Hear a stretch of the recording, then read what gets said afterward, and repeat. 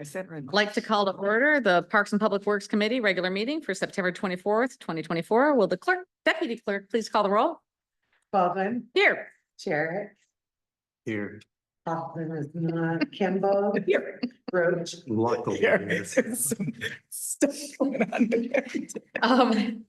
Can I get a motion to approve the agenda, please? Motion. Second. Second. All in favor, please say yes. Yes. Yes. All right. Approval of minutes from August 27th, 2024. Can I get a motion to approve the minutes? I move we approve the minutes. Second. All in favor, please say yes. yes. Motion pass, motion carries. Public comments on today's agenda items. We have no one in the public, anyone, no one online either? Ashley's trying to get in. Oh, okay. Let's see if Ashley has any comments. She's like, oh no, they're asking me questions already. Sorry. Hey, Ashley, we're on public comment. I didn't know if you had any. Did you want to make any public comment before we get started? Okay. So excited. You're our only, we're all excited about our only observer. Okay. We'll move on to item 6, review and discussion, DPW updates. Thank you. There's a report in the packet. I'm not sure if you had time to review it, but there's a little snippet of what Public Works has been up to, at least for the past couple of weeks. And then since we haven't met for about a month, I can fill you in on some of the other stuff that we have going on. But this fall, I just talked to our arborist today. I called him a couple weeks ago about scheduling our annual tree risk assessment for the city. So we compile a list of tree service requests for the year that we've gotten from residents. Some of them that are not obvious on what to do, then we do seek consultation from our arborist on that.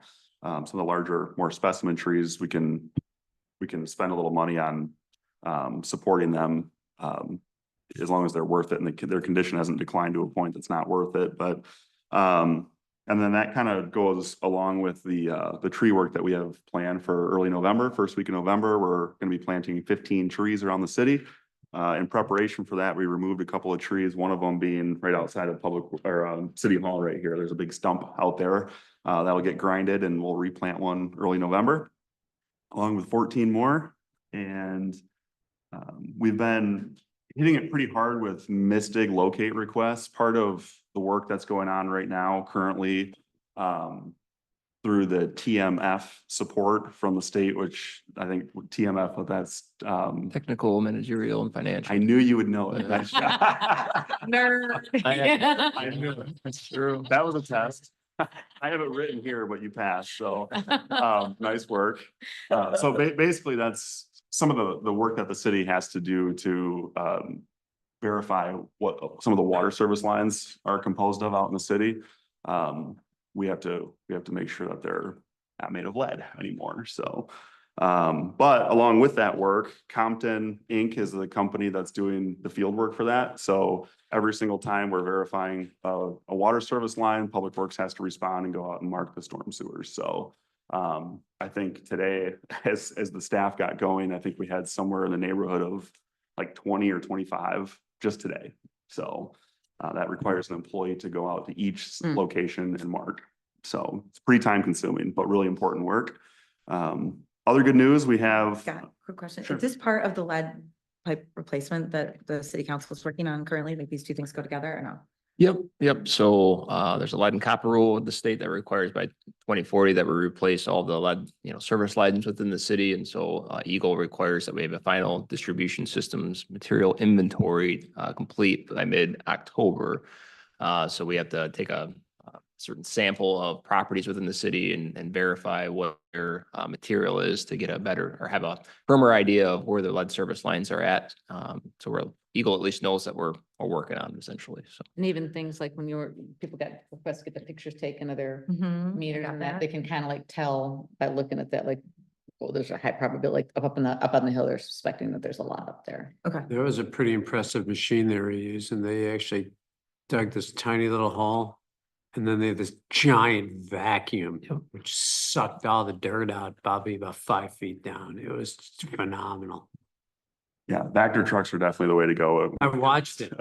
I mean, this vacuum just sucked this giant cylinder home. You got Jericho over there bugging the guys, yeah. Okay, I just wanted to make sure that we're talking about Yep. the same issue. Yep, exactly right. Question. Yep. Yeah. Nice job on the acronyms, Ryan. Very Right. impressive. Even the distribution. I'm for passing my test inventory, this you morning. nailed it. That's really good. So, other work, we're gonna be back at full capacity at Public Works finally. After most of the summer not being at full capacity, we have successfully filled our vacant equipment operator maintenance worker position. So we have a gentleman, who, was previously working at Perigo and on third shift. And so he is very excited. He's from the area, lives in Douglas. I think I can say it. His name is Scott Morrow. And Scott is so enthusiastic about pouring his soul into this community. It's really awesome to see and have that be brought on board. So, and he's taking a pay cut to do so. So that says a lot. Is it Morrow like Morrow's? Not related. Okay. same And name, spelled okay. slightly different, but he gets that question a lot. I was gonna In say, fact, I asked- obviously, yeah. But, yeah, it's funny. He worked for the CVB at one point. He would, I think at one point, the story that I got was that the CVB had staffed, someone to stand out by the information booth and kind of help tourists and visitors, get the information that they need. He was that person for a while, so he loves it. And then the third week of October, we have scheduled concrete work, which is we'll talk about it in a little bit with Village Square update, but the work is gonna be some basic sidewalk replacements that we do every single year, at least once or twice a year, along with, pouring a concrete slab over at Mount Baldhead for Mr. Brooks and the Boy Scouts to assemble their bike rack, as well as the life jacket station at Oval Beach and some concrete slabs for benches at Village Square. So, and then one more thing, sorry, Sarah, long-winded, but a couple of weeks ago, some of the staff that hadn't been to it before, Truck and Trailer Specialties out of Dutton, Michigan, they hosted a Rexroth salt spreader controller training. So that's the controller box in our dump trucks that we use to spread salt around the city, which is very important to, I think, everybody, including anyone that loves the Great Lakes, because dialing in that application amount is, too little. The ice isn't being melted on the streets. Too much. We're just unreasonably putting chemicals out into our water system. So to dial that in to the appropriate amount is something that we take really seriously. And we like to get every single person trained on how to operate that and at what rate that salt should be applied. So that's all I've got. Yeah, as a resident and an environmentalist, I really appreciate that. I mean, I don't think you necessarily have to send people to this training or whatever, but that's a big concern whenever I see it. And I mean, I think a lot of us pay attention, like, all right, is it too, I think that that happens. So I'm happy to hear that. Thank you. Any other questions for Mr. Herbert before we move on? Okay. Benches for Village Square, you're up next on that too. Yeah, you want me to take this one? Yeah, either way, I think you're all well aware of obviously the playground project and that the previous playground had I think it was 5 benches around it from the imagery I was looking at yesterday. So obviously there's been a lot of requests for the benches to return and they just weren't on the playground plans that were approved. So we just got to go through that process of making sure the Historic District Commission signs off. So Scott's taking a look at that Village Square to kind of take a look at, where's maybe the best place to put,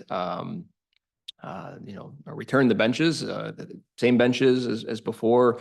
All of them are going to go on concrete pads with the current footprint. The layout that's in your packet is what we're planning on taking to the Historic District Commission for their review. And wanted to make sure that all of you are aware, and if any of you have any immediate feedback or concerns, we brought this to the city council during their workshop last week. There was a request to, instead of having kind of 2 on the southwest southwest side, to kind of move one of them to be even more in the shade. So we had a better balance.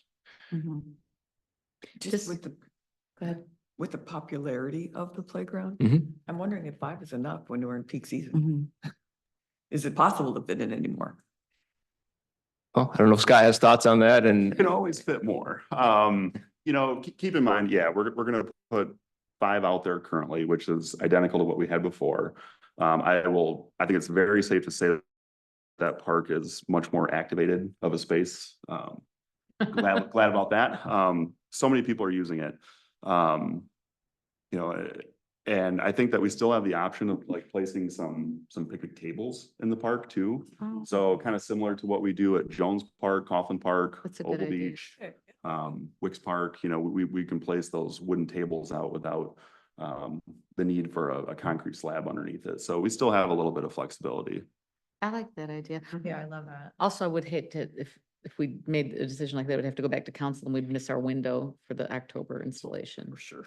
Yeah, I don't want to do And that. for what it's worth too, I know that there's been discussion about, you know, the next obvious choice for putting concrete pads to me was really along that north perimeter, which, but I took a look at that site and envisioning if, you know, if we end up planting a couple more trees, on that north property line, we're not gonna have more room for it. It's just, at some point, it's gonna be too crowded. And I know that there's 2 more trees going in over there. Do we know when that's expected, or is that spring, like, or? That's still kind of waiting for the full green light on that, but whenever we are free and clear and have the Okay. green light, we can get those in the ground pretty Understood. quickly. Okay, thank you. Yeah. Scott, would there be an opportunity to put benches on the east side? Because my concern is how busy Butler Street is. There's a lot of activity on sort of that like northeast side of the park where the Jeep is. And I just worry about kids, you know, if kids are playing on that side, parents having an opportunity to be hanging there before they hit that sidewalk and street. Yeah. So I didn't know if you chose these particular ones Do you have for a a- reason or. Do you have a sketch of where you proposed It's to go? online. Oh, I'm sorry. Sarah, can you pull up? Not page playing 12? that today. It does get kind of tight and pretty crowded. And steep. And too, there, like you know, over there's a steep. berm that the Mhm, playground is yeah. kind of built around and then, and so the elevation change is definitely a factor for Okay. putting them like along the playground perimeter. Yeah, But yeah, it's, What page is that? 12. yeah. Let me get that. Let's see. you know, and this, you know, it's not to say that we can't Maybe make changes in the 13. future. So, you know, if we get 5 benches now, a couple picnic tables that we'll place out next summer, kind of weigh it from there and see if it's effective, or if we think we need more, we can always reevaluate. The other thing that Douglas has done with their parks where they're sort of finishing things off and putting up signs is they have these really natural rope fences going up. Have you guys seen those? So they're posts and then really thick rope, kind of a nautical look. It looks amazing in my opinion, both at Schultz and Beery. And so that could be an interesting thing to do along Schultz is like, it's not a complete barrier, but it is something in between the street. Like to and- define the space and. To define the space, but also slow kids down, right? So they have to actually get around something, through something to get to that street area. Because that, as a parent that used that park for many, many years, that was always a concern to me. And now that we've expanded out, I mean, kids are using this free form. It's amazing, but also as a parent, you just want to make it as safe and as Okay. user friendly as possible. So just, I thought, and I don't think that that would be like outwardly too expensive either. What about on the west side? How come there's no benches on the west side? Well, we So disturbed the on. tree roots a little bit for the excavation of the playground. And Even when so, they're closer to that parking lot? yeah, there's 2 Norway spruce trees over there that we're kind of just, I don't know, in my opinion, just my opinion, I think slow and steady can kind of win the race. And so if we start seeing signs that the trees, you know, have been damaged to a point where they can't recover, then we definitely wouldn't want to add to it at the moment. But then also too, underneath spruce trees, you get a lot of sap and Hmm. you know, it Okay, kind you of do. gets nasty pretty quick. Yeah, I love the idea of this. So what is that? The southwest corner. There's tons of shade right there, putting in some picnic tables. And I also think that's a great spot for parents to have like a full bird's eye view of kids at the park. So that could be cool. And if those can just go in as needed, that's ideal. Yeah, and that's more of a seasonal thing we do every year, and it's not a big deal just to put them there temporarily. Okay, okay. Any other questions? All right, let's move along to item 6C, update on Saugatuck Harbor Natural Area. Let's get comments. Yeah, so at your last meeting, we had some discussion about that I checked with our legal counsel and reviewed a bunch or a number of previous documents related to the Saugatuck Harbor Natural Area Plan and what process we needed to go through to update that plan so we could then access the endowment funds at the community foundation. So I circled back with the conservation district they're fine with the city council ultimately updating the plan as long as they, have some input, which we totally want them to be involved in that process. So what they're working on is an updated natural features inventory to include with that updated master plan report. So they're anticipating having that done at the end of October. So once we have that back, I believe I have some feedback, maybe some red line changes from. We did that, yep. Yeah, you, Kelly, and you, Helen. We'll put all of that together. And then, we'll discuss that with the city council and see if they have any additional input or changes. And then ultimately, I think we'll be pretty close to being ready to update that. That's the plan, only so. thing that they were concerned about is getting updated lists of, I remember it was like flora and fauna and, invasives and stuff like that. Is that That was the one piece that they wanted to, Okay. Certainly update. And then, obviously we need to. they do that, right? That's. Yep, Okay. they've offered to do that. So I told them, yep, go Great. ahead by all means. They said it would take a little bit of time. That's what they asked for until at least the end of October to finish that up. So Manager Hummus, is there a fee for that with the Land Conservancy? not that they've indicated to me. I think they would, Okay. yeah, if they wanted dollars for it, they should have said so up front. You but, sure? Okay. Yeah. That's Yeah. great. Yeah, that's great. Okay. Existing trails? Not that they've indicated. Okay.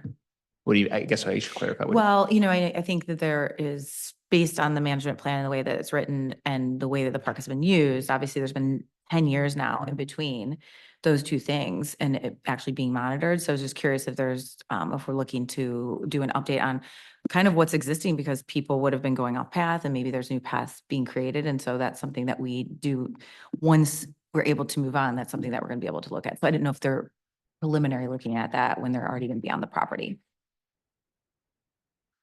So the way they worded it was an updated natural features inventory, generate a basic species list along with an updated map and a brief report.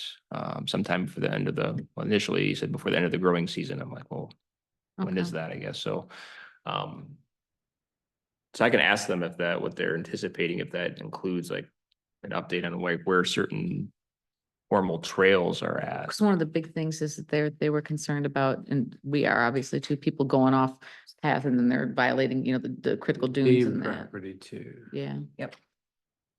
Yeah. And if they're not, if that is something that we can put into the conversation with them, I think that would be really helpful. If it's not something that's in the wheelhouse that they want to do at this time, then that is something that once we have access to those funds, that is a I was priority gonna say that we that- need to move forward with. So That is either something we can way, use the funds for it will too. be Yeah. done. But if they have their experts out there that are already looking, then that gives us at least a starting point. So you want an updated trails map. I guess with their opinions and where we need to keep people out of.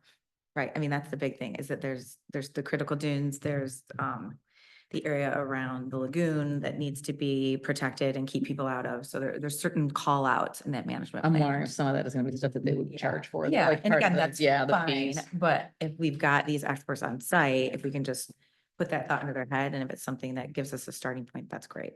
Yeah, but that's one of the things that we're allowed to use those funds are is trail, Yep. legitimizing trails and treating invasives and all that, but it does fall under our purview of what we can do with those funds.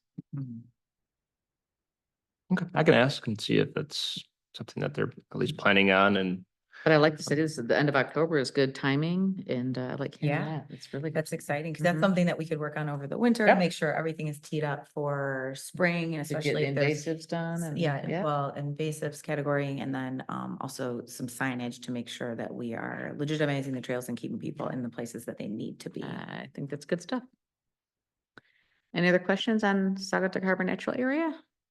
All right, we can move on to study group and other staff updates, starting with invasive species. I know Brian's been working on a lot of this and he is not here today, so I don't have an update from him. But I don't know if Keith has anything that he wants to offer. I don't at the moment. Okay. Okay, you want me to do mine during airport? Yeah. They're Yeah, combined. I like it. We'll do that. We'll go to airport property if no one has any questions on invasives. just on invasive, I know there was some discussion at the last meeting about like, how do we, better educate the community and I was looking a little bit, so the state of Michigan does have some website information about invasives and a lot of, I think, good resources on there that, When we can avoid reinventing the wheel, that can be a good thing, and that Well, might be a good and starting point. So. That was gonna be my question to Kelly during her airport property report about utilizing the state website, but we can get to that, my question after you're done. During your presentation. Oh, go ahead. I mean, this is all gonna be linked. With some of these kids that were brought out at the airport property. There might be an idea I had, and Brian, I reviewed it by Brian, is that we can maybe get a couple kids and get with them to make kind of a spreadsheet for invasive species utilizing the state's website, because it's kind of easy to read, the state's website. It has the invasive species, has a paragraph and a picture. Mhm. And if we can boil that down to maybe the name, 2 sentences and a picture, and we could create a spreadsheet and if we could create an outside link to it, doesn't even have to be on the city's website. Create a page, we don't need to create that page on the city website, but I was wondering if maybe there are a couple of kids that were already at the airport who want to get involved, maybe with Brian and I, and create the spreadsheet or give them some clues on how to do it. Or they probably actually know better, than we do, because they're. So I have a couple thoughts on that. So I think that'd be super cool if we had like an environmental stewardship club or something at the middle school, high school, and kids could join and be part of this. It could be an offshoot of the Parks and Public Works and also the township, because they took care of invasive species out there. But when I put that whole thing together and was working in conjunction with Outdoor Discovery, essentially that's what they use. And so that's what I had printed out on those clipboards that we didn't even end up using, but it's from the state website. So that is what ODC is using. I mean, that's what, so I would definitely recommend moving forward, just using that. And then we could just cut and paste those links. I mean, it's easy as that. And like, when I printed those out, they're literally 2 pages. So I don't know that they even need to be redone because they're so simple. Well, I hate to give the opportunity, not hate to, I don't want to give the opportunity for all of a sudden people get lost in the 3-4 clicks. All of a sudden they're leaving a list. We can put links at the bottom, in my opinion, of a recommendation site. But I was thinking more like, okay, 1 sentence or 2 sentences below it with a picture, and then maybe instead of this, plant this. That kind of Yeah. thing. And Yeah, and that's something that John Vanderbeek brought up too, is that like, when he was working with the students over at Tails and Trails on Asian Bittersweet, is telling the kids, hey, look for this in your own yard. Cause I think it's like here, it's like, we're lucky to have these partners that know exactly what they're doing, but then to move that to the broader sense of the whole community of like, you can pull a few things in your backyard and get rid of these invasive species pretty easily. And broaden our mission, Or I don't even right? remember who was saying it, but also stop buying them and planting them in your pots and such. Like people are like, yeah, there's so many invasives that people are like, oh, this is pretty. I mean, some of them are really pretty, Right, but also, everybody- yeah, they're I mean, beautiful, yeah. there's so many variations, yeah. Okay. And some of it maybe is just breaking it down into chunks for folks too, and even if we're utilizing our city e-news or something like that, and we could your vines at one point, trees at other points, and aquatics at other point, shrubs at other points, and just kind of break it down. Cause I mean, looking at the state's like list, I mean, it's not like a ton in each category, and it seems more bite-sized if you break it down versus like maybe an overwhelming. Mhm. But Yeah, well, I know, Scott, I mean, you brought up several meetings ago that Grand Haven has a really nice list of native trees to be replanted. And so to sort of look to, not reinvent the wheel and to look at what they've already put, some education and work into for the public. So how do we bring that in also? So it's like DPW, PPW, we're all kind of working on the same mission here. And I think if we did it in small bites, like we were talking about, and if you want kids involved, I mean, it can definitely go to Mark Neidlinger, the principal at the school, about that. I'm sure he'd love to have kids that are interested be involved. So I guess maybe just flesh out exactly what you want, Keith, and then we could go from there. okay. But yeah, I mean, I think something like that would be great. It's like if we can have like a tree resource and then an invasives and then I know you're very big into the planting of natives. So it's like if we had these 3 categories, right? And then just basics and then some education of telling people to come to the city website to use it, great. And I don't think it would take that much time. But I like the idea of kind of promoting it in, like pushing it out a bit in these little chunks, because obviously, it takes effort to go to a website and, you have to be motivated. But if it just kind of comes to you and it's just a little thing, you don't have to read a whole lot. Mhm. It's that on my street, you know, we've got that big sign that's got the, when you come on Grand Street, you know, and you're gonna enter Spear Street, there's a sign that basically says no outlet, and there's like arrows pointing both ways. Yeah. And there is the most beautiful Asian bittersweet vine that they keep It's on there. natural, It's pruned. Yeah. I mean, Well, that's right as you're going in. Yeah, it's lovely. I know And exactly and where, I I don't- know who I owns have that to house alienate too. my neighbors and say, that thing down. Yeah. Choking out a tree? No, it's on the Just by sign. itself, It's on the it's sign. choking out the sign. Choking out the sign. Okay.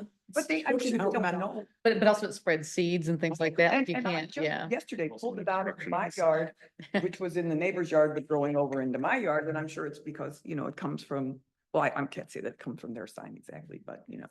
Yeah. So if we could just, you know, gently educate people. Yeah. I think, that would be, you know, with a little push, but not a, you know, not too, Not too much. not too aggressive. Yeah. Okay. So we'll let that take us into the airport property, which Yes. Kelly did. So on this past Friday, we just hosted the 8th grade students out to the airport property. So there was about 66 students that came out and then around think 20 volunteers. Almost all of us were there. And Yeah. thank you to all of you that were there. Thank you to DPW that showed up. Thank you to Ryan Cummins, our city manager was there. And then a lot of community leaders from the schools, parents, things like that. So it was a fantastic event. We were a little nervous about the rain, but it did not make an Yeah, it appearance. worked So it out. was great. So the kids were divided between the Tails and Trails dog park. And what was important about that is where the kids are actually putting in their middle school cross-country trails for right now. And so they actually got to be an active part of creating that. And then they also worked on habitat management and invasive species. And then we had the other half, so 6 groups over at the airport property. It was fantastic. Mhm. I mean, I think you guys will Great all day. agree, the energy and enthusiasm was an all-time high. These kids were so excited to be out with their peers. And thank you for sending Nicole as well. Yeah, Nancy was there in spirit. So the way it ended up working is that half the kids went and actually were the first ones to ever be invited and walk the trails that will, starting in the spring, hopefully be open to the public once ODC is finished with their work. We did have our ODC counterparts there who are conservation experts who were fantastic and stopped along the way to point out some really cool things to the students. And they got to go and see how beautiful the ravine was and the sun was shining through the leaves and it was just incredible. And then we switched and worked on Autumn Olive and moved that over to the DPW compound. So you guys can do with it what you want. It But it was fun to see actually, the ODC guys too. I mean, people that know, yes. just losing their minds over how great that airport property is. Like people that do this for a living and they go nuts for it. Yeah, It's- Yeah. and the kids were thrilled. And so and Mark Neidlinger, the principal at the high school, was absolutely thrilled. He was out there towards the end. He got to see, you know, both projects happening. And so the teachers were just happy with it. So anyway, all in all, really a great way for the kids to learn about the environment, but also see our community to come together in the way that a community should for a very big cause. So I think everybody that was involved, it was a lot of different groups coming together.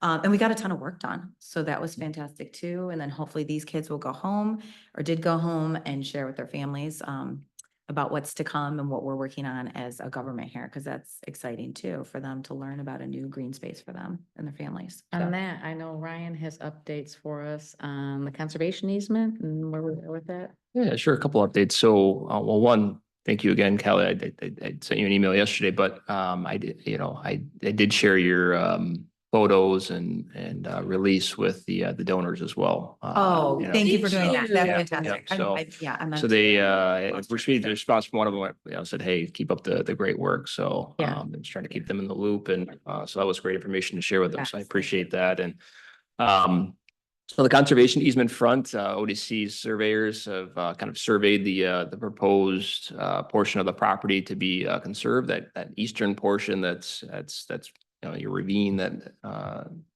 terrain. So that survey work is done, and then their attorneys have been drafting the conservation easement language. And so I've asked them to get us a draft here shortly so we can have a workshop meeting with the council on October 9th, 8th or 9th give the city council a first look at the draft easement language and then see, take their feedback, make some changes if there are any that to be made. And then give them another opportunity to workshop it at their second workshop meeting in October.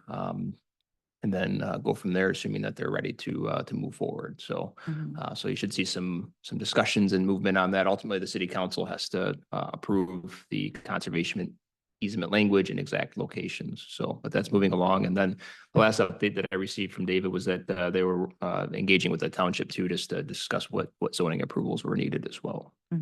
Have we heard anything back from the township, or do we expect to in terms of? I haven't, but the ODC is kind of taking the lead at this Okay. point. So I know they were again going to engage with them. I haven't heard that there's any concerns or issues. Yeah, or no, anything they're like fully that. on So, board. Yeah, I mean, it's aligned with the ordinances and everything already, so. yeah, there might be some, I don't know how formal the site plan review process has to be, if it has to go to their planning commission or if it's something that can be administratively reviewed and approved. I think that was kind of where the discussion was going to be. Great. All right, fantastic. Thank you. Item D3, Blue Star Multimodal Path. Do you want to start or? Let I would Nancy say we don't kick have it a off, lot to but- to report that, other than, and Ryan put this in his report, that the pre-construction estimates have come in higher than what we were expecting. And so that is, I'll say a bit of an issue, maybe more than a bit, but anyway, we're not getting, all worked up about it just yet because we have hopes that potentially, there's a lot of different ways to resolve this. We may end up having to defer a few of the things, that we wanted to do, like the rest stop at Melantier Park. Like the what? Hopefully the rest stop, actually that the township is really taking the lead on that. It's Okay. in the township. And so Daniel's all over that. Got it. Also, hopefully the state they don't typically increase their grant funds. But in this case, it's been brought to their attention and they haven't said no. So there's, and these are just estimates, so that they could be, high estimates, but it is a concern. So I don't know, Ryan, do you have anything to add to that? No, Nancy said it very well. Yeah, so as part of that graded, the grade inspection submittal that the engineers had to send to the state Department of Transportation, they had to provide an updated construction estimate, and so they're estimating high, but Right, and when we ask why are these estimates higher than what was originally anticipated, and it's just, well, it turned out there's a lot more ravines, which then basically requires more boardwalk, and boardwalk is the most expensive part of putting in a trail. Yep. Have we gotten any updates back from the tribes in terms of them approving not yet. to move forward? Yeah, Okay. there's 60 business days at the end of October. So we had kind of a couple concurrent paths. Yeah, we have the environmental and kind of archaeological review, and then we have the separate grade inspection submittal. So, C2AE is still indicating that, they're still very hopeful that we can have construction begin next year, and they're still hoping to go out to bids in December. It's the tight turnaround. That's assuming that there's not concerns that come back or major concerns that come back through the the tribal review, environmental review, or the grade inspection review. So. And the tribal reviews, that individual tribes, or is there a main organization that reviews things for the tribes? Yeah, so there's individual tribes that have consulting parties that, typically. Yeah, and when I asked about it, there's actually 12 tribes in the state, and they all are notified about this, even though I think we really only have one locally that would probably respond, but that's the extent of my knowledge. Yeah, we had a few that ended up, at least 2 or 3 that commented on the AT&T project, for example. It's all in that traditional cultural property area. So, yeah, some layers there. I mean, the biggest piece that we're, that are, and it's well at the top of our engineers, list as far as, radar and moving the project forward with starting construction is, there's a particular time period that, we can remove trees with a protected bat species. And so because of that limited time frame, they're trying to kind of balance, hey, are we out to bid and we have a contractor that then is gonna have a subcontractor that can at least remove the trees timely and we don't have to worry about that? Or is that something that we have to maybe look at bidding separately and paying for, upfront and then asking for grant reimbursement later on? So they're really focused on that, that piece of the timeline, because that's gonna be one of the most impactful pieces in moving along with the other parts of the project. But, Nancy, and many of you have been working for years on this, and our engineers are saying we will get there, one way or another. And then as it relates to the traffic light portion, we're hoping to hear any day now. They updated the timeline to be the end of this month when we might hear back on whether or not we were successful in receiving grant funds for the traffic signal. So When would this end of end this of month? this month. Yep. Oh, wow, fantastic. Unless they update the timeline again, but Yeah. that was the last update. Yeah. We'll update you or the timeline. Yeah, all right. Right, that's my favorite. Right. Okay. Yep, update you on the time. Yeah, exactly. So, All right, sounds good. Thank you. We'll move on to Village Square and Playground. I don't know if there's anything here that we need to.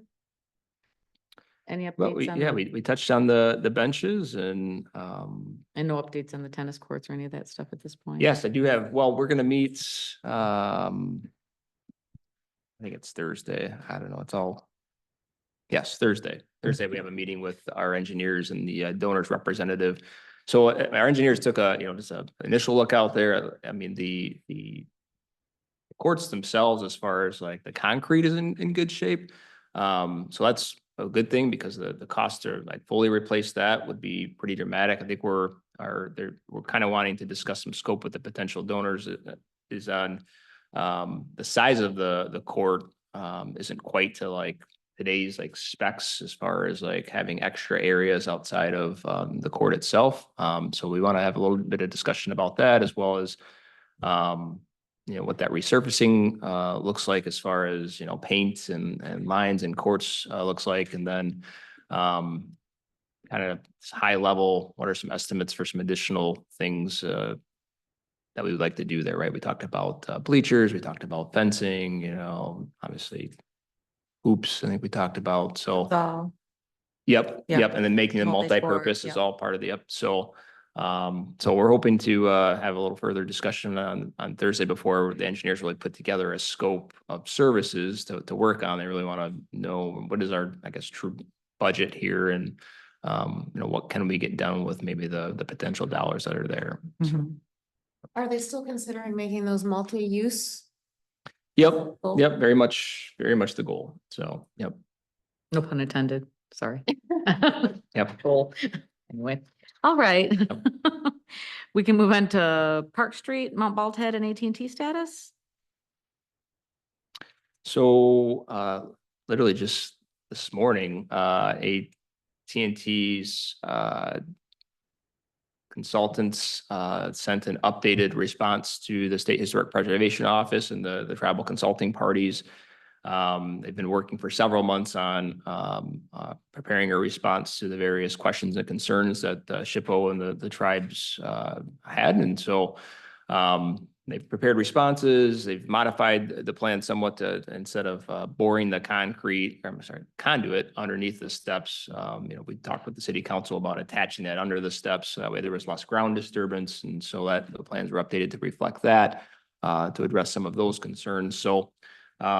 So that response has gone back, and then AT&T's asked for SHPO and the tribes to hopefully provide a response on that within the next 30 days or so. So might take longer, but that's what they asked for as far as a response timeline. So AT&T continues to just work through that significant piece of the project. As it relates to Mount Bald Head improvements, our engineers are continuing to work through design, and then ultimately the big piece that's next, especially as it relates to the bathrooms, is the permitting process. So that process should begin soon. I think the John Moxley's update was, and then I'm still, I think, Scott, I don't know if you had this conversation with him yet. I know John's saying, well, spring or fall, it needs to be spring from my perspective. So we need to get those Pushing hard for bathrooms done. spring. So what's that? I'm disappointed it wasn't this fall. So Yes, spring yeah. in my mind is you know, but it'd be great to have it there before next summer season. When you guys say permitting process, is that internal permitting here or permitting? No, with the state. State? Yeah. Oh, okay. Yep. Okay. We have critical dunes there and a lot of environmental sensitivities, so. That was a project frankly too, that we, although not required to, we did at least notify the tribes that of the project, and so that way they were aware in case they have feedback. So far, they haven't provided any feedback or concerns on these particular projects. And then platform is gonna sound like it's taking a little bit longer as far as design goes, and there it is a little more intricate as far as some of the retaining walls and things like that up there, but they're working on that. As it relates to there's been some concerns that have been raised about some of the erosion, like on the north side of the stairs. Actually had there's some sort of development happening somewhere. I don't even know where it's at that, you know, requires Eagle review, and they're not able to replace the required number of trees as part of that project. And Eagle actually suggested to them that they reach out to the city to see if they could, you know, plant more trees in public spaces in the city. And I said, we have a need here on Mount Bald Head. And I told him, he said, there's been some efforts before. There's been concerns about deer eating the new trees and things like that. And that anything that would be planted there would need some protections. And so said, hey, they said, well, what are the next steps? I said, well, submit me what your plan is and what you're looking to do, and we'll take a look at it. So perhaps there's a private solution that and donation solution that ends up helping out with some of those erosion concerns on the north side there. So And this is Eagle, or who is this saying that they? So Eagle is telling the developer that, you know, one of your options would be, if you can't replace the vegetation that you need to on your site, is to look at public spaces elsewhere to plant trees and more vegetation. So. I've also been pressing with Rotary to, like, I mean, as much as they like the Mount Bald Head Challenge and all that, I know that they've got some funds set aside for some eagle. I think we've got a good shot at that. So, but Okay, I'll that's good to understand hear. how Yeah, that- yeah, I know. Yeah, Jim Sullivan had mentioned that might be a possibility Yeah. for I Rotary to think it's donate such a some great dollars. fit. They want to so. do this, you know, for the, for ecologically, and what better way to do that than to, you know, start taking care of some of that erosion at Mount Bald Head where there's so, that's a primary fundraising source. So I love that. Okay. So maybe some things coming on that, and on Park Street, you know, so we have that engineering proposal to kind of do some conceptual design work and some more survey work to kind of see what would need to be, you know, moved. So, you know, city council did include dollars within this year's budget to move along with that. I've submitted a kind of a project interest form for a grant that Eagle has about related to like coastal management. And I think there's some tie-ins here with that eventual project and multimodal and being along the river, and some of the stormwater related issues that we've had and erosion along there, that it ties in with their program. So I've submitted one of their elements of the grant program is actually doing some engineering and design work. And so I at least submitted a project interest form, and then they've asked that I attend a webinar. I think it's going to be sometime in November. They haven't set the exact date yet. And then maybe we'll submit some grant funds. It's like a 1-to-1 match, at least have some of that design work, grant funded. So more to come on that. So. Okay. I know this isn't part of this deal, and I just out of curiosity, when I think about Park Street and Ferry, is there any updates at all from the city of Douglas on Ferry Street? Do we have anything there? Yeah, so the last update, and I just got an email yesterday and skimmed it, and I need to do some more research, frankly, on it. But so they're working with the county drain commission on the project, which is allowing them to kind of streamline some of the permitting. Otherwise, they'd be into several months of permitting and to try to move the project forward. So they really want to do this project, start construction this winter, and have it done in the spring, well before, there's a lot of folks returning to town and visitors coming back. That's what they're aiming for. And so they're working with the county drain commission. And as part of that, they're also able to kind of access really the funding mechanism through having a larger drainage district to help pay for the project as well. So that was the update I received yesterday from the drain commission, that they're looking at using kind of that drainage assessment district to kind of help pay for some of the costs. So I don't know enough about our local drain districts to know how much of the city would be impacted or not impacted by that drainage district and that assessment. So that's kind of my next step on that. But they're moving along and they are indicating they really want to get construction started as soon as possible and absolutely aim for it being open before next year. So Love I it. think they're looking at a full water main replacement through there too, was the last update that Lisa gave. So That was the whole thing. It wasn't Yeah. just the culvert. There's water and Yeah. sewer above and below it. So it was, I mean, that was, yeah, okay. All right, thank you for that. Well, before we move on from that one, so I think it's for Scott and Ryan. So the end picture for the viewing deck for Mount Bald Head. So the chain link fence that currently goes around Baldy, right? So the radome and that building, what's the end game for that? Because there's buried barbed wire around there. That chain link fence is obviously old and is sinking along with the viewing deck. Is that part of what the engineers are currently working on and looking at? Or are we only looking at the viewing deck? And should we also be looking at that? Because just the aesthetics of it are bad, but also there is some stuff that I don't think anybody really goes up there. But when we did our Baldy project last year, we found there's barbed wire under the sand up there. So it would be nice to just clean all that up. And I'm just curious what the goal would be. Yeah, that's definitely, I think, part of it. The retaining walls that are up there, they're rotten wood. Those are elements of it too. So there's a little bit of, erosion prevention taking place. And I can't imagine us having crews up there with equipment and not pulling out that barbed wire fencing that's up there.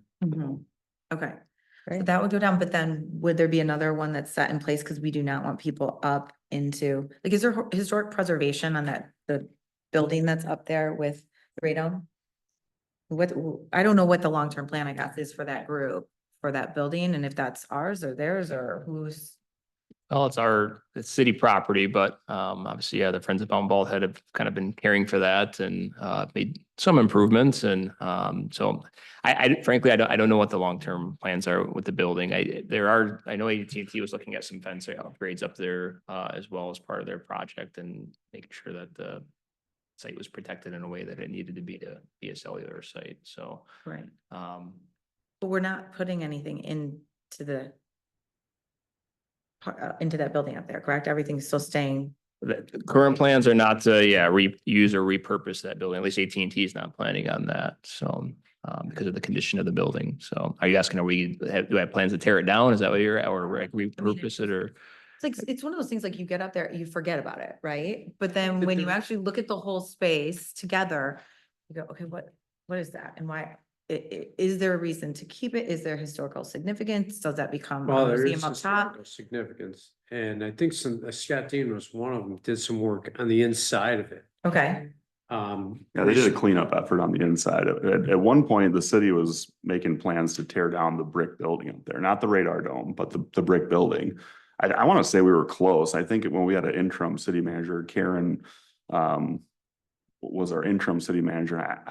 I thought we were about a month away from tearing that brick building down, but then some folks got together and said, this is something that we need to preserve. And so Scott Dean was involved, and the Historical Society, I believe, was involved too. It's the last radar building site in the country. okay.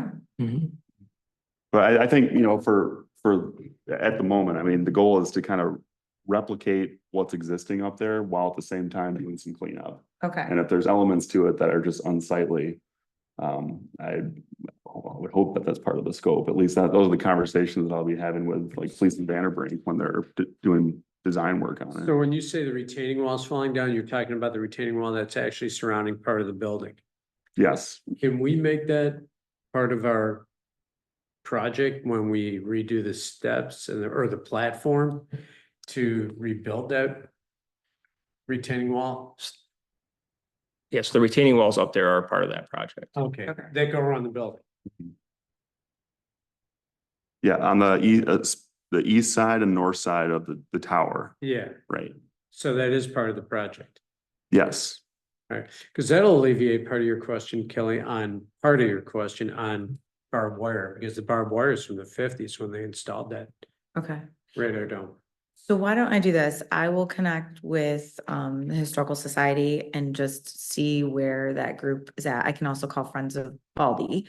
And then I can report back on the next meeting of, just so that we're educated on what the historical context of that is, and then we can add that in to conversation about what we want done for, because, in the end, it's like we're spending all this money, we want it to look beautiful, we want it to be very usable. Why not make sure that we're cleaning up the entirety of it? And if there are other groups that need to be involved in the conversation, we're doing that on every other project we're doing. So to make sure that we're just all on the same page. And I am happy to let you suggest tearing down that building. No, I'm not saying. I No, you did not say that. am not suggesting that at all. I want to know exactly what's Uh, going on with that building and what we need to do to maybe make it more sightly or usable or for an educational piece. How about that? And Scott, I think even has a key to it. Okay. Yeah, I think it's rough when we have things like that that aren't open to the public. Like, Right. why do we have something that we never show you? Maybe you can't go inside. Yeah, But we could put something a little more aesthetic Yeah. out front so that people are actually getting a little. or even feel less information, under- exactly, Yeah. exactly. And doesn't have barbed wire. involved, Yeah, that'd be Right. nice. So. Well, I can't guarantee that we're not gonna have some sort of barbed wire still there. I mean, part of that might be, Keep it out AT&T stuff. site still Yeah. needs, that type of And you don't fencing want to to, secure you don't their want site. people climbing up the tower Tower. like yeah. I used to. Mhm. Right. Like Police and Vanderbrink put a Put kind it of up there. a itemized list together for us this spring. And there's a few things on here. One is just titled removals. And so I think that kind of is anything that's not functional or Okay. needs repair or replacement up there. And so they have that as a line item of about 32,000. Then the observation deck, these are just kind of shoot from the hip numbers. These aren't, they're budgetary in nature. But the observation deck and railings, that's like 182,000. And then the retaining wall replacements, if required or desired, which I think they should for erosion mitigation, another 100,000. Mhm. Okay. But it doesn't say specific to, like it's general, right? Yeah, So we would these just- are, we would yeah, just with need with to- the amount of repairs, that we could spend on Mount Baldhead, they just did a nice job of kind of breaking down kind of by line item, just to make it somewhat like buffet style, like how much are you wanting to, what are you gonna tackle first? And then here's a budgetary number associated with those line items. Okay. All right, thank you. All right, anything else? Okay, we'll move on to item D6, Maple Street. And I think we've got information in our packet on page 14. Brian, yeah, 14. Yeah, we had a really good, open house, the survey work is done on Maple Street. And so before, and so our engineers in the city, we wanted to kind of engage with folks, that live along Maple Street and the community. Anybody could have attended to kind of get, some feedback on things that we should, or, be thinking about, or things that folks would like to see incorporated into, the designs. And so, so we had a really good turnouts, got a ton of comment cards. Our engineers have kind of compiled all of that information. And then they're going to kind of start working on some, very high level cost estimates for various options. We're going to discuss some of those plans with the township engineers, and then ultimately come to the city council and kind of have some discussions about which direction they would like to go. So we can actually start some, the formal design process. So I think the biggest piece that's seemed to be a point of discussion is certainly whether or not we have a dedicated sidewalk or walking path, or, wider shoulders to at least make it more pedestrian friendly. So for the most part, most folks, I think, desired the sidewalk or path option. Although there were some folks that weren't in support of that as well. So, so a lot of things to consider there. Obviously, we're going to have to see what estimated costs for some of that are. And just as a reminder, this isn't just the road or sidewalk or paths. This involves the infrastructure underneath as it relates to water main being replaced as well.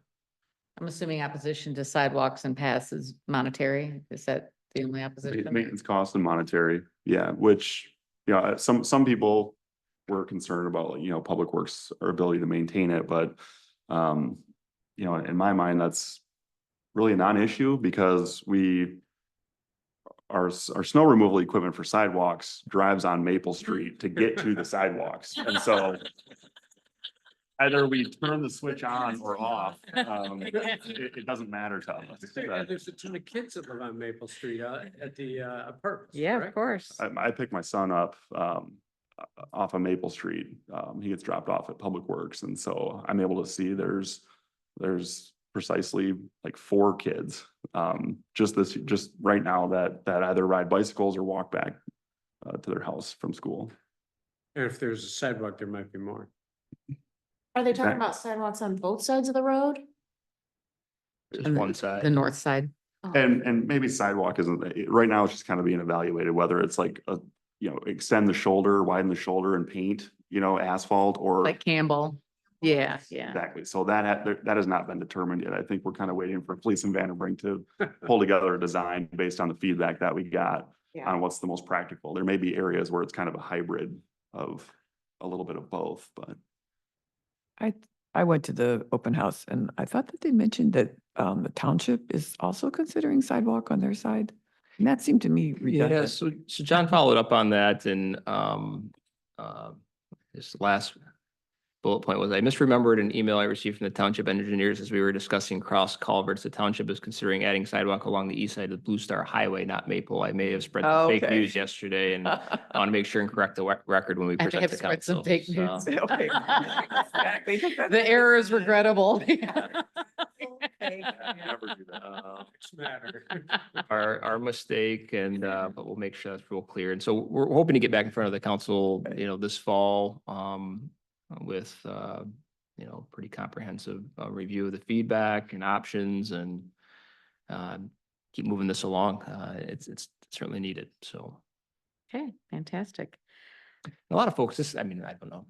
There's some folks who do watch these meetings back. And so I try to, I think a lot of you know this, but like some of the comments I think that folks made were, well, how come, all these other roads have been, repaired or repaved, faster than Maple Street, and very valid and legitimate question. But so the other projects that we've looked at are areas where they don't necessarily need the water main work, right? So this is a complete dig it out and take that water main out and then replace the road. Whereas other areas where we don't have that necessary underground work, have kind of been pushed ahead as far as, from a resurfacing perspective. So you hear folks kind of ask some of that question, no sense in resurfacing a road just to dig it up, a few years down the road when we have to replace the infrastructure underneath. So that's why you may have seen some projects, that maybe, certainly had a need, but maybe weren't quite to the condition that Maple Street is currently in that were pushed ahead. So. Well, the roundabout construction,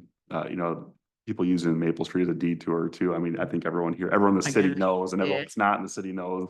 It really accelerated the decline of that road, so Yeah. it took a toll. I'll be curious to see what the toll is on. It's in Douglas, but Lakeshore, what's going on now with all the diverted traffic? I don't think that it's on a critical, I just can't see that, whatever. It's crumbling. Yeah, it's not a thing even for us, but it's sad to see. It's hard. Okay, with that, we will move on to item 7, public comments on any items that you wish to discuss. We have no one in the audience physically. Anyone online care to make public comment?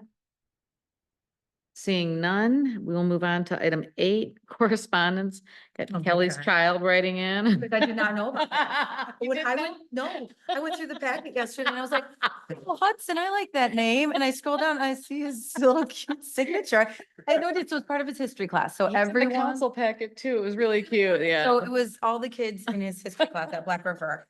And his buddy Drew, I didn't know Drew either. And He Drew was on likes his Phil's. soccer team. He likes Phil's and he likes soccer. He put that in there twice. Yeah. So anyway, I was shocked to see it in there. Super And so, cute. yeah, all the kids had to write to some municipality about either things you could improve or things that are going well. And we got 2 that are going well. Yeah, I love Yeah. that. So, And the that's a council positive. saw those too, right? The council saw him too, yeah. Council saw this and I have since responded to these letters as well. Oh, I appreciated it. That's awesome. Reaching out. For a whole next batch of public servants, you wait and see. It's gonna Uh, take a love it. minute, but yeah, I love that too. No, he got in the car after soccer practice yesterday and he was like, Hudson, did you write? soccer to city council government?" He goes, well, yeah, I did. Yeah. Like, "Oh, you just didn't tell me. And he goes, yeah, mom, it was an assignment. Just a normal convo you I have. mean, He's in sixth grade or seventh? Sixth. Do yeah. at school today? Nothing. Nothing, you know, and then exactly. all those opportunities. right? I wrote your counsel. Clever. I loved the letters. Yeah, I had to call those out. Okay, we'll move on to item number 9. Remember closing comments. I'll start with you, Nancy, if that's okay, and go around the table. I really have nothing to add. I think that things have been going very well and, you know, I'm just appreciative of all the work that's being done. Okay, so I have 2. The airport property needs a name. Yes. It's a name. Oh, that's a So good- whatever the process is for that, I would like to put out there that I think it could be very fun to reach out to the public. Maybe we come up with like 4 things and we have a vote. So people get to take some ownership over this, but we need to brand it. We need to move on and actually have a name for this. What is the process? Well, never mind. This Yeah. is member comments, not Um, Q and A. So anyway, I'd like to propose that for our next meeting. I'll tell We myself. put that on the agenda. And then the Mhm. other thing is, you guys know I've been talking about this for a while, the Michigan Green Communities. So that is the state of Michigan's, Michigan Healthy Climate. It is an opportunity for small communities to be able to kind of start the march towards sustainability. And our friends in Fenville and Saugatuck Township are doing incredibly well, so much so that Saugatuck Township was just featured with Michigan Healthy, with Michigan Green Communities, so it made me very jealous. So what I would like to bring up with the group is, I know I presented on this maybe 2 meetings ago. I would like to take this to council and present on that again. We also can have someone from that group come in. It is something that we are already doing. This is not something that's going to be a huge line item for our budget at all.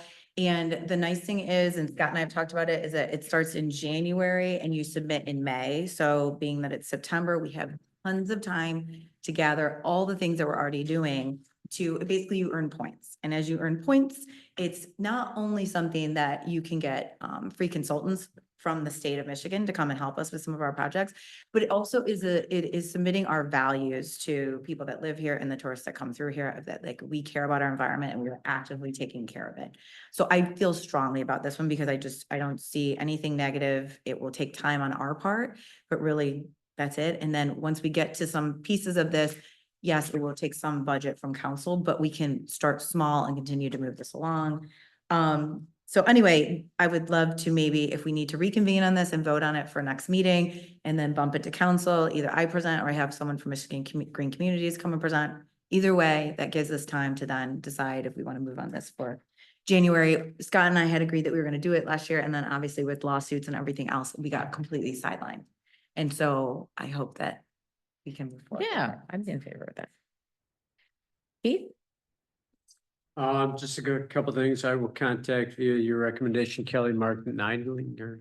Principal, yep. And I'll work on a spreadsheet with Brian or by myself, and I've already been to that Michigan State website or Michigan for the invasive species. And I absolutely love the airport property name. That's a great idea. Yeah. You know, you can almost make an online survey. Well, we can do an online survey. Let the kids do it. For the name. Yeah, kind of cool. It could be a high school project for sure. Yeah, Yep. that's actually a great idea. Let the Yep. kids know. Get it out there in the community. That's about it. Ms. Teal? Nothing really new for me. I just want to mention that, I did have the opportunity on Sunday and Nancy was there as well to attend the, community conversation Oh, at yeah. All Saints, which was wonderful. The ODC did just a great job, just kind of engaging everybody about what they do and their purpose and kind of how they get involved in the grassroots work that's being done on the airport property and how people can get involved. And it was just really, I had never met Dave before, but he was a great speaker and I felt like the conversation went really well. Right. We had about, I would guess about 30 people there, so, Oh, I would think at least. yeah. That's wonderful. Yeah, I heard It's it. a cute dog. Oh. Oh, yeah. The pastor's dog. It's River's Field. Getting popcorn from everybody. Yeah, that's his thing. Totally. During services, popcorn. Yeah. Well, I can't top any of that. I was delighted to participate in the airport property, grateful to have such great members that can put that together and fully participate. Like I said, everyone contributed and it was just a fabulous day. Make sure, remember why you get up and do all this stuff. So I appreciate that. I'm all on board with green communities. Love the fact that we're moving forward with the airport property. Grateful for every one of you. Thank you. With that, I will entertain a motion to adjourn. Second. Oh. All in favor, please say yes. Yeah. Second. We'll give it to Kelly. Oh, I was gonna give it to Kelly. Yeah. Meeting adjourned. I'm talking up. I feel like it's typically Keith and Nancy that are doing the, right?